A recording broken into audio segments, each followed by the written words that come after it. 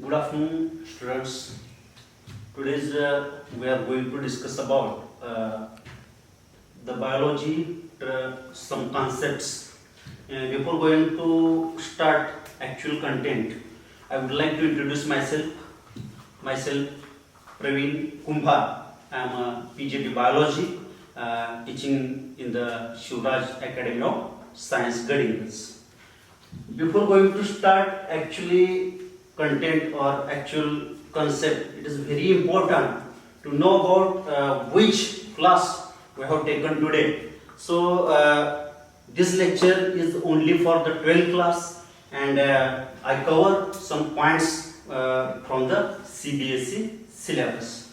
First question arises here: why we are covering the CBSE syllabus for 12th class? Because after the 12th class, we are going to attend some competitive examinations like the NEET. NEET means National Eligibility Entrance Test, which is for this is for the medical field courses admission purpose. Okay, so in the 12th class syllabus of CBSE book, in which 5 units are there, in which some concepts or some topics are there.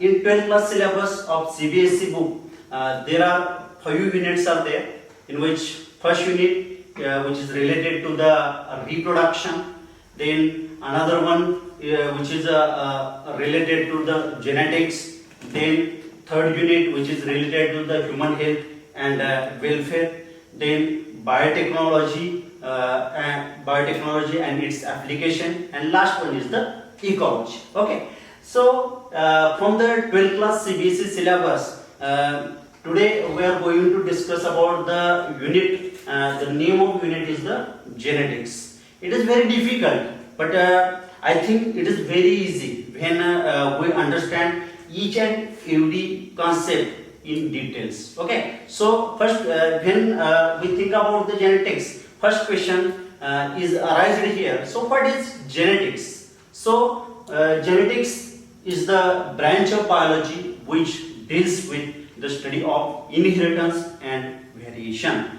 So the genetics which is first proposed by the Georg Mendel by his works. Okay, so genetics, as mentioned earlier, the genetics is the branch of biology which deals with the study of inheritance and variation. तर विद्यार्थ्यांनो, याच्यामध्ये पहिल्यांदा बघूया आपण की या genetics मध्ये जी branch आहे, ज्याच्यामध्ये आपण फादर ऑफ जेनेटिक्स, ज्याला जॉर्ज मेंडेल असं आपण संबोधतो, तर त्याच्यामध्ये आपल्याला 2 टर्म्स येतात. याच्यामध्ये पहिली टर्म येते हेरिडिटी आणि दुसरी येते व्हेरिएशन. तर हेरिडिटी म्हणजे काय? What is heredity? Heredity is the transmission of traits from parents to their offspring. म्हणजे काय हेरिडिटी काय? तर याच्यामध्ये जे कॅरेक्टरिस्टिक्स आहेत, जेनेटिक मटेरियल आहे in the form of trait, तर ट्रेट जे आहे ते पेरेंटच्या माध्यमातून ऑफस्प्रिंग पर्यंत पोहोचवण्याची जी प्रक्रिया आहे तिलाच आपण असं हेरिडिटी असं म्हणतो. त्याच्यानंतर जेनेटिक्स मध्ये पहिला पॉइंट आपण कव्हर केला heredity. Then we move towards the variation. What is variation? तर तुम्ही आपण 11th क्लास मध्ये बरेचसे पॉइंट्स, बरेचसे टॉपिक्स आपण याच्यामध्ये बघितलेले आहेत की gene is the structural and functional unit of genetics. जीनच्या माध्यमातून काही कॅरेक्टरिस्टिक्स असतात, ते कॅरेक्टरिस्टिक्स एका जनरेशनच्या माध्यमातून दुसऱ्या जनरेशन पर्यंत पोहोचतात. तर याच्यामध्ये याचं ट्रान्समिशन होण्याच्या प्रक्रियेला आपण हेरिडिटी म्हणतो.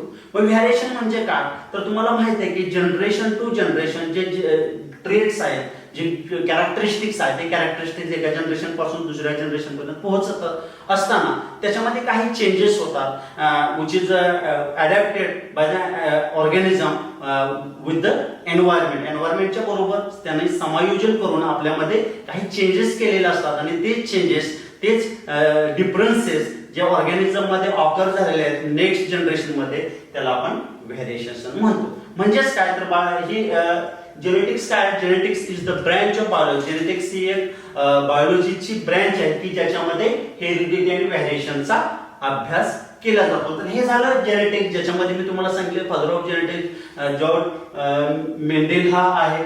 त्याच्यानंतर आपण बघूया की हा जो जेनेटिक्स आहे हे एक युनिट आहे. सीबीएसईचा ज्यावेळी आपण विचार करतो, when you think about the CBSE syllabus of 12th class, in the unit genetics, the genetics under the genetics unit, we find the 3 chapters, and each and every chapter is very important for the NEET examination.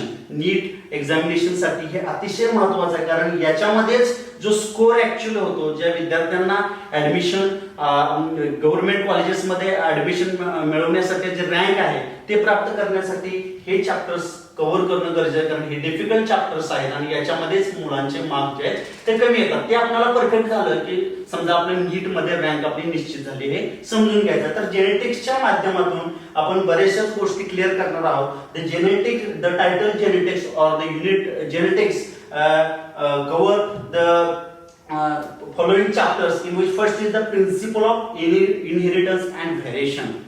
याच्यामध्ये आपण मेंडेल्सनं जे वर्ग केलेला आहे पिसम सटायवम garden पीच्या मध्ये, garden pea या प्लांट्सवर त्यांनी व्हेरियस एक्सपेरिमेंट्स परफॉर्म केलेले आहेत. त्याच्या संदर्भात आपण या प्रिन्सिपल्स ऑफ इनहेरिटन्स या अँड व्हेरिएशन या चॅप्टर मध्ये आपण अभ्यास करणार आहोत.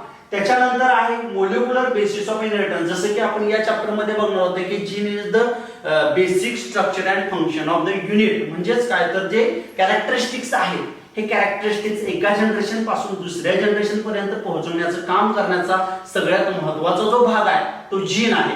आणि या जीनच्या अभ्यास या principles of inheritance and variation मध्ये आपण करणार आहोत. टर्मिनॉलॉजीज तर मी आता सांगितलेलेच आहेत, पण त्याचं मोलिक्युलर बेसिस काय आहे, फंडामेंटल प्रिन्सिपल त्याचं काय आहे, आणि त्या डीएनएचं म्हणजेच जे जेनेटिक मटेरियल आहे ज्याच्या माध्यमातून ट्रेड्स एका जनरेशन कडून दुसऱ्या जनरेशन कडे ट्रान्समिट होणार आहे, तर त्याचं मोलिक्युलर बेसिस म्हणजेच त्याचं डीएनएचं स्ट्रक्चर कसं आहे, त्याचे सायलेंट फीचर्स, जेनेटिक मटेरियलचे सायलेंट फीचर्स काय आहेत हे आपल्याला समजून घेणं अतिशय महत्त्वाचं आहे.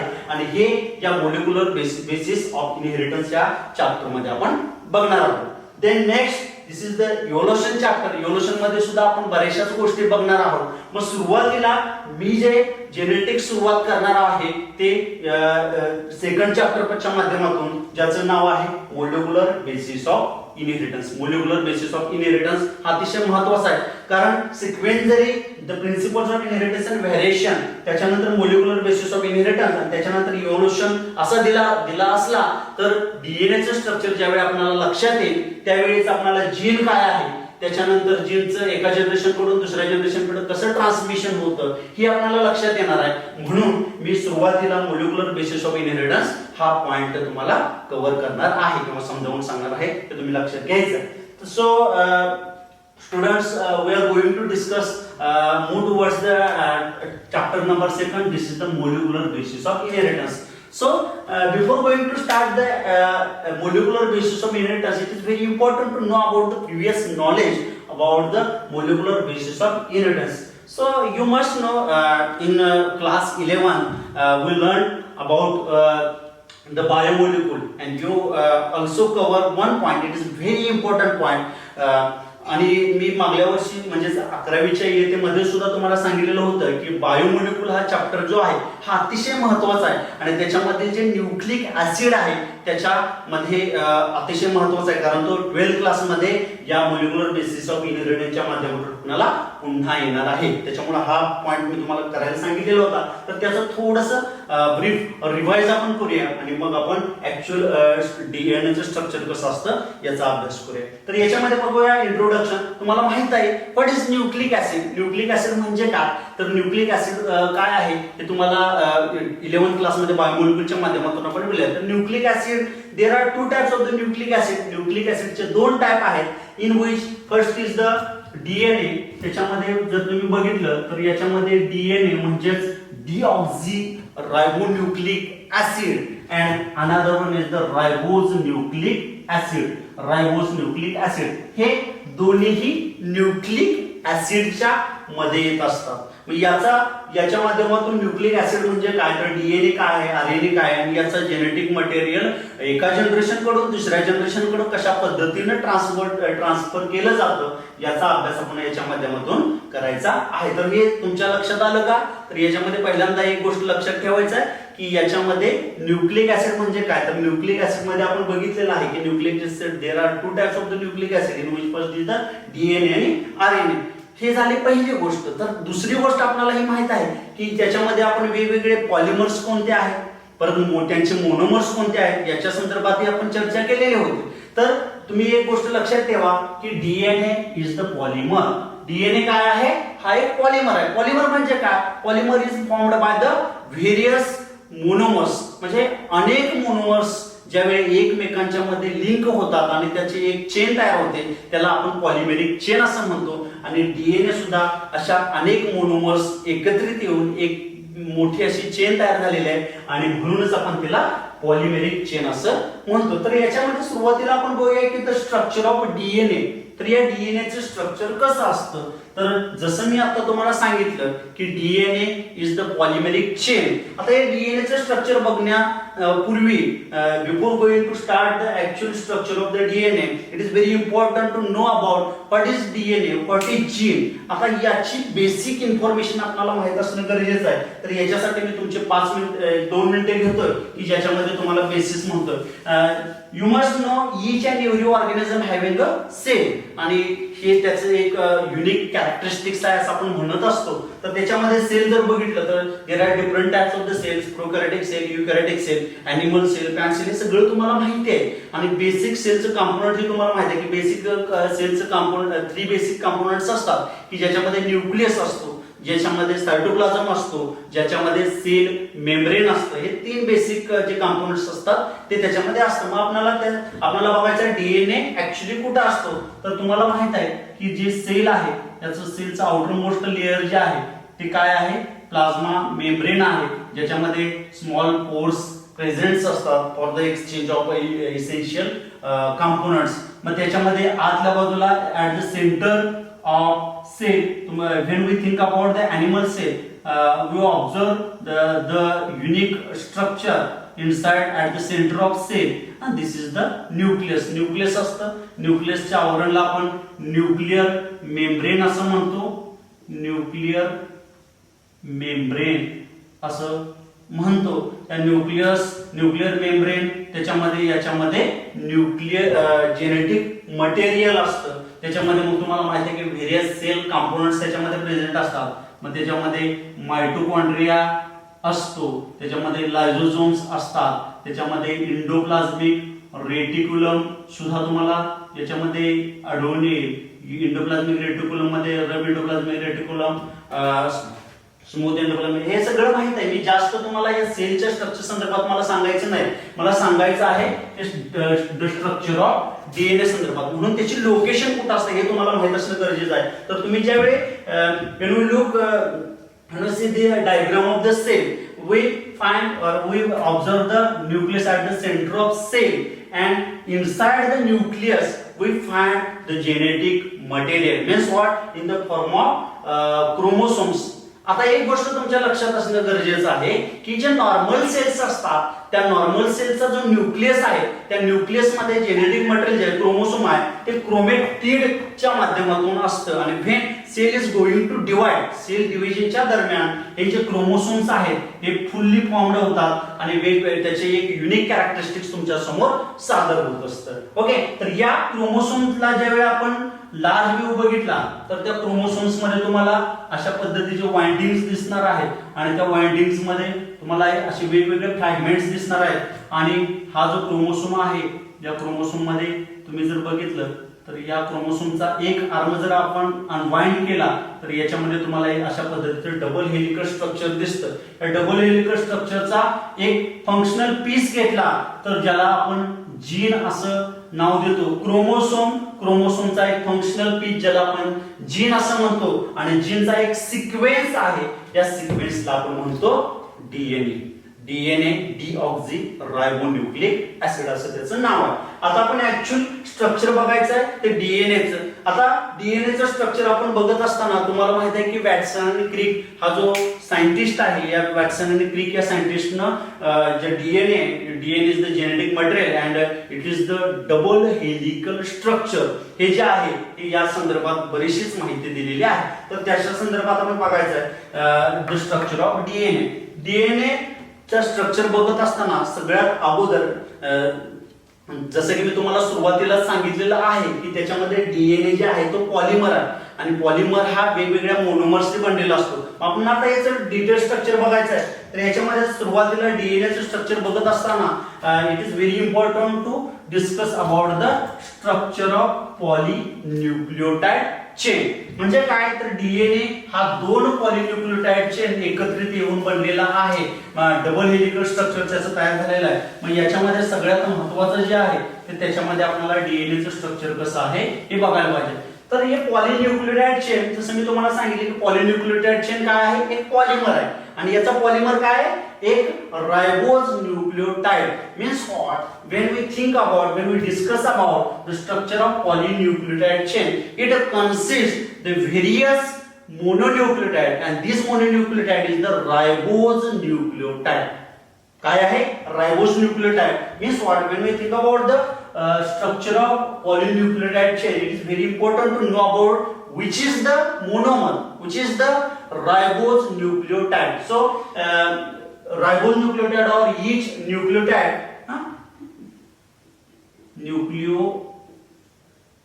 nucleotide consists three basic components. Each nucleotide is having three basic components, in which first is the nitrogenous base pair. Nitrogenous bases.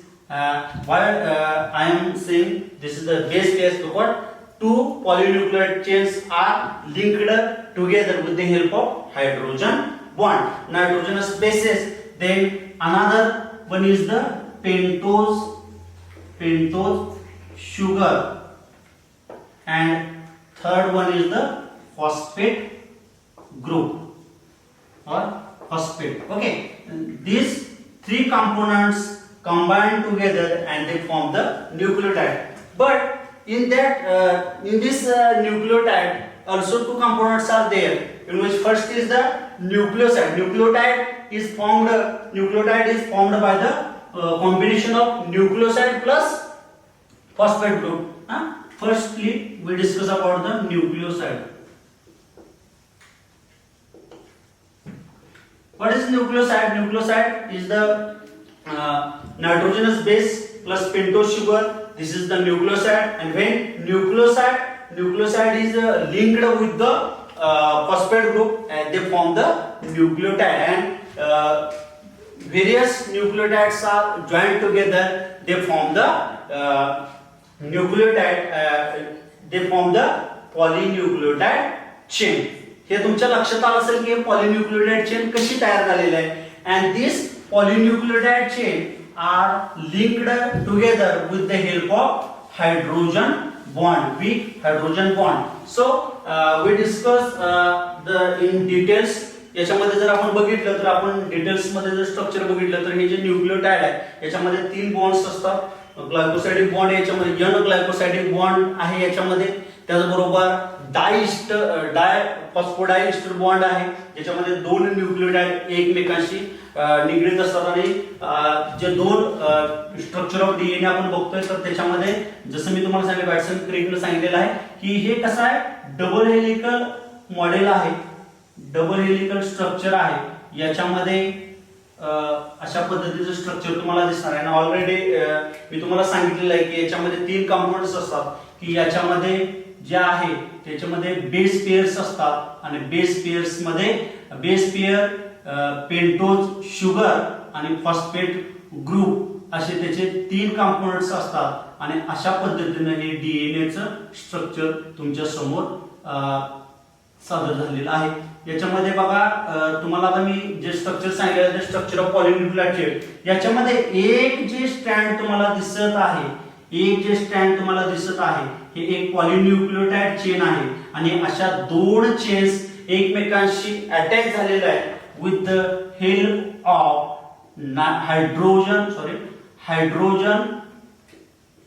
Hydrogen बॉन्डच्या माध्यमातून लिंक झालेले आहेत आणि याचं स्ट्रक्चर ज्यावेळी आपण स्टडी करत असतो तर त्याच्यामध्ये आपल्याला काही गोष्टी माहित असणं गरजेचं आहे की याच्यामध्ये बेस पेअर्स कोणते असतात. तर याच्यामध्ये बेस पेअर्स दोन प्रकारचे असतात. एक असते प्युरिन आणि दुसरी असते पायरिमिडिन आणि ज्याच्यामध्ये 4 बेसिस असतात. याच्यामध्ये एक असते थायमिन,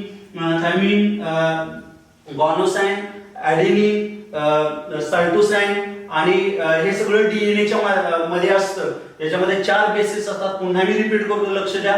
ॲडेनिन, सायटोसाइन, थायमिन आणि ग्वानिन हे अशा पद्धतीचे 4 बेस पेअर्स असतात आणि ते एकमेकांशी कनेक्टेड असतात with the help of hydrogen bond. म्हणूनच आपण त्याला बेस पेअरिंग असं म्हणतो. याच्यामध्ये अजून एक महत्त्वाची गोष्ट तुम्हाला सांगणं गरजेचं आहे. It is very important point, लक्षात ठेवणं गरजेचं आहे कारण तुम्हाला नीट मध्ये जो प्रश्न विचारला जातो त्याच्यामध्ये एक स्टँड तुम्हाला दिलं जातं आणि त्याच्यामध्ये बेस, जसं की मी तुम्हाला बेस पेअर सांगितलं तर ॲडेनिन आहे, थायमिन, ग्वानिन असेल तर सायटोसायनिन असेल तर ग्वानिन, ॲडेनिन असेल तर थायमिन असेल तर ॲडेनिन, सायटोसायनिन असेल तर ग्वानिन, थायमिन असेल तर ॲडेनिन. म्हणजे हे जर तुम्ही स्ट्रक्चर बघितलं तर त्याच्यामध्ये एक स्पेसिफिक पॅटर्न तुम्हाला दिसेल जे adenine is always bind with the thymine and cytosine is always bound with the guanine. Means what? When we have जर आपल्यापाशी एक स्टँड असेल आणि त्याचं जर स्ट्रक्चर आपल्याला माहित असेल तर निश्चितपणे आपण त्याचं कॉम्प्लिमेंटरी स्टँड आयडेंटिफाय करू शकतो. तर कसं?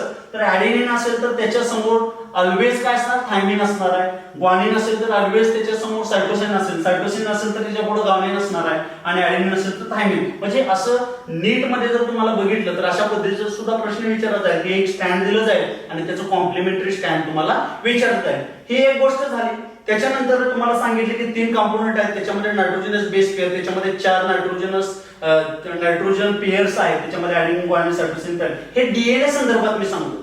पण when we think about the आरएनएच्या वेळेच्या वेळी आपण विचार करतो त्यावेळी thymine is replaced by the uracil. Okay, thymine is replaced by the uracil आणि त्याच्या माध्यमातून याच्या बरोबर कॉम्प्लिमेंटरी स्टँड आपण तयार करू शकतो आरएनएच्या बरोबर. पण आता सध्या आपण फक्त आणि फक्त स्ट्रक्चर ऑफ पॉलिन्यूक्लियोटाइड म्हणजे स्ट्रक्चर ऑफ डीएनएच्या बद्दल बोलतोय. म्हणूनच 4 पेअर्स मी तुम्हाला सांगितले की ज्याच्यामध्ये ए आणि टी आहे, परत सी आणि जी आहे. हे जे पेअरिंग असतं, बेस पेअरिंग असतं ते कॉन्स्टंट असतं. त्याच्यामध्ये कोणत्याही प्रकारचा चेंज होऊ शकत नाही. वाईस वर्सा, जर इथं थायमिन असेल तर ऑब्व्हियसली इथं काय येणार आहे? ॲडेनिन येणार आहे. इथं समजा ग्वानिन असेल तर इथं काय येणार आहे? सायटोसिन असणार आहे. हे सगळं झालं डीएनएच्या स्ट्रक्चर संदर्भात. ओके, तर हे सगळं डीएनएचं स्ट्रक्चर आहे. मग आता हे डीएनए आहे, डीएनएचं स्ट्रक्चर आहे की ज्याच्यामध्ये पॉलिन्यूक्लियोटाइड चेन आहे. अशा 2 पॉलिन्यूक्लियोटाइड चेन हायड्रोजनच्या माध्यमातून बाइंड झालेले आहेत. इथं थायमिन, ॲडेनिन, बेस पेअर्स आहेत, पेंटोज शुगर आहे, फॉस्फेट ग्रुप आहे. हे सगळं आहे. न्यूक्लियोटाइड आणि न्यूक्लियोटाइडचे पॉलिन्यूक्लियोटाइड आणि ते दोन्ही एकत्रित येऊन डीएनएचं स्ट्रक्चर झालं हे माहित आहे. पण त्याचे काही सायलेंट फीचर्स आहेत, त्याचे काही युनिक कॅरेक्टरिस्टिक्स आहेत, ते आपल्याला माहित असणं गरजेचं आहे. कारण तुम्हाला माहित आहे की डीएनएच्या माध्यमातून किती क्रिमिनल केसेस आपण सॉर्ट आउट करत आहोत. डीएनए किती बेसिक इन्फॉर्मेशन प्रोव्हाइड करणारा कंपोनेंट आहे. डीएनए एक जेनेटिक मटेरियल आहे. हे आपण काही एक्सपेरिमेंटेशनच्या माध्यमातून बघणारच आहोत. पण ते स्ट्रक्चर आपल्याला माहित असणं गरजेचं आहे. तर याच्यामध्ये युनिक असं काय आहे की त्याच्यामध्ये आपल्याला लक्षात येणार आहे की हा डीएनए हा एक युनिक आहे आणि डीएनए हा अतिशय इम्पॉर्टंट कंपोनेंट आहे फॉर व्हेरियस स्टडीज. तर याच्यामध्ये बघा जेनेटिक मटेरियल आहे असं आपण म्हणतो. तर याच्यामध्ये काही सायलेंट फीचर्स आहेत. डबल हेलिकल स्ट्रक्चर ऑफ डीएनएच्या माध्यमातून आपण बघणार. तर सगळ्यात महत्त्वाचं तुम्हाला काय दिसतं? तर सुरुवातीलाच मी सांगितलं की डीएनए जो आहे हा वॅटसन आणि क्रिकनं सुरुवातीला सांगितलेलं. तर याच्यामध्ये सांगितलेलं की वॅटसन आणि क्रिकनं सांगितलेलं आहे की हे डबल हेलिकल आहे. म्हणजे काय? Each and every DNA molecule having a double helical structure. याच्यामध्ये 2 पॉलिन्यूक्लियोटाइड चेन्स ना हा तयार झालेला असतो. पहिला पॉइंट काय? पहिलं सायलेंट फीचर काय आहे? Each and every DNA molecule is formed by 2 polynucleotide chain. Okay, polynucleotide chain and both are complementary with each other. आणि त्या दोन्ही polynucleotide chain complementary to each other असतात. ते झालं. त्याच्यानंतर आता मग आपण जर बघितलं तर याच्यामध्ये मग आपण कसं पण हे करणार आहे का, कोणतेही मोनोन्यूक्लियोटाइड कोणत्याही डायरेक्शन याच्यामध्ये ऍड करू शकतो का, तर नाही. तर त्याच्यामध्ये दुसरं सायलेंट फीचर्स आहे की अँटीपोलॅरिटी. डीएनए मॉलिक्युल हॅव्हिंग अँटीपोलॅरिटी, त्याच्यामध्ये अँटीपोलॅरिटी असते. तर कसं असतं, तर त्याच्यामध्ये अँटीपोलॅरिटी असते. 3 डॅश जर इथं असेल तर इथं 5 डॅश आहे, आणि याचं जर एंड आपण बघितलं तर ऑलवेज याच्यामध्ये 5 डॅश असणार आहे. जर 3 डॅश असेल एका एंडला तर दुसऱ्या डॅशला 3 डॅश असणार आहे, 5 डॅश असणार आहे.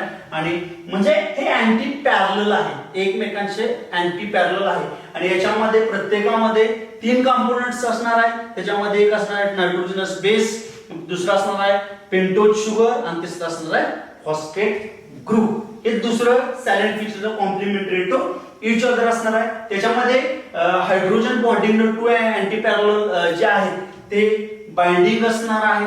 त्याच्यामध्ये अजून मी तुम्हाला स्पेसिफिक सांगतो त्याचे सायलेंट फीचर्स काय आहेत. तर त्याच्यामध्ये जर तुम्ही बघितलं तर त्याचे सायलेंट फीचर्स तुम्हाला तिसरा सायलेंट फीचर मी तुम्हाला सांगतो बघा की the 2 chains have anti parallel polarity. It means if one chain has the 5 dash, जर समजा याच्यामधील पहिली चेन जर 5 डॅश टू 3 डॅश ओरिएंटेशन नसेल तर निश्चितपणे त्याची कॉम्प्लिमेंटरी किंवा त्याच्या अपोजिट साइडचे जे स्टँड असणार आहे ते 3 डॅश टू 5 डॅश असणार. इथं बघा, इथं 5 डॅश टू 3 डॅश जर आहे तर त्याच्या अपोजिट साइडचं जे स्टँड आहे ते 5 डॅश टू 3 डॅश अशा पद्धतीचं तुम्हाला दिसणार आहे. म्हणजे दे हॅव अँटीपोलॅरिटी, त्याच्यामध्ये अँटीपोलॅरिटी तुम्हाला दिसून येते.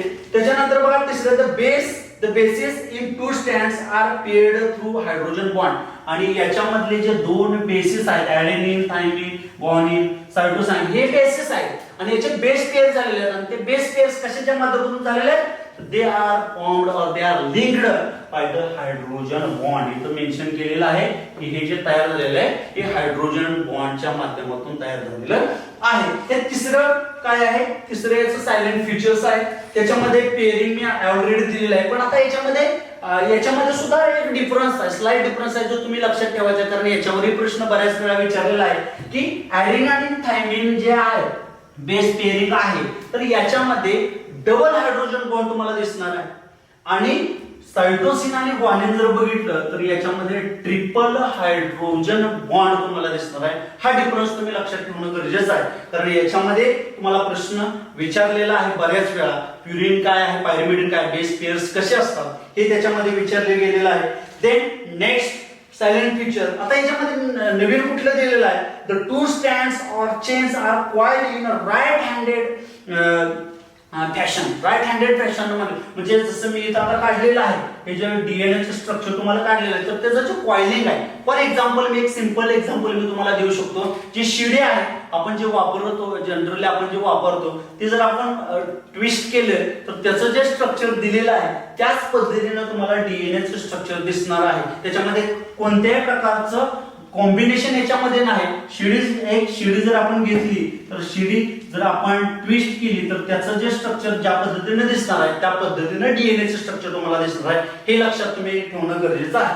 तर याच्यामध्ये 2 strands or chains are coiled in right handed fashion the pitch of helix. आता याच्यावर प्रश्न तुम्हाला विचारतो.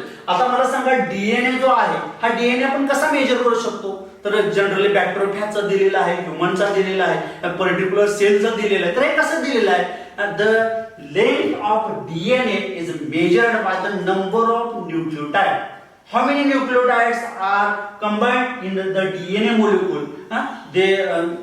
It is very essential. हे सगळ्यात महत्त्वाचं आहे to measure the DNA length of DNA. तर कसं, तर याच्यामध्ये एक न्यूक्लियोटाइड आहे, त्या न्यूक्लियोटाइडची लेंथ किती आहे त्याच्यावरून आपण होल न्यूक्लियोटाइड. मग याच्यामध्ये अजून एक ट्रिक दिलेलं आहे की ज्याच्यामध्ये बघा एक पीच जर बघितला तर या जनरली एका पीच मध्ये 10 न्यूक्लियोटाइड्स असतात. किती असतात, न्यूक्लियोटाइड्स 10 न्यूक्लियोटाइड्स असतात. आणि या एका पीचची जी लेंथ आहे ते 3.4 nm एवढी लेंथ आहे. म्हणजे आपल्याला लक्षात आलं 3.4 nm ही एक लेंथ दिलेली आहे. त्याच्यामधला एका न्यूक्लियोटाइड 2 न्यूक्लियोटाइडच्या मधली जी लेंथ असणार आहे ती किती असणार आहे तुमच्या लक्षात येईल 0.34 NM एवढी लेंथ असणार, याच्या माध्यमातून आपण DNA ची लेंथ किती आहे ते बघू शकतो.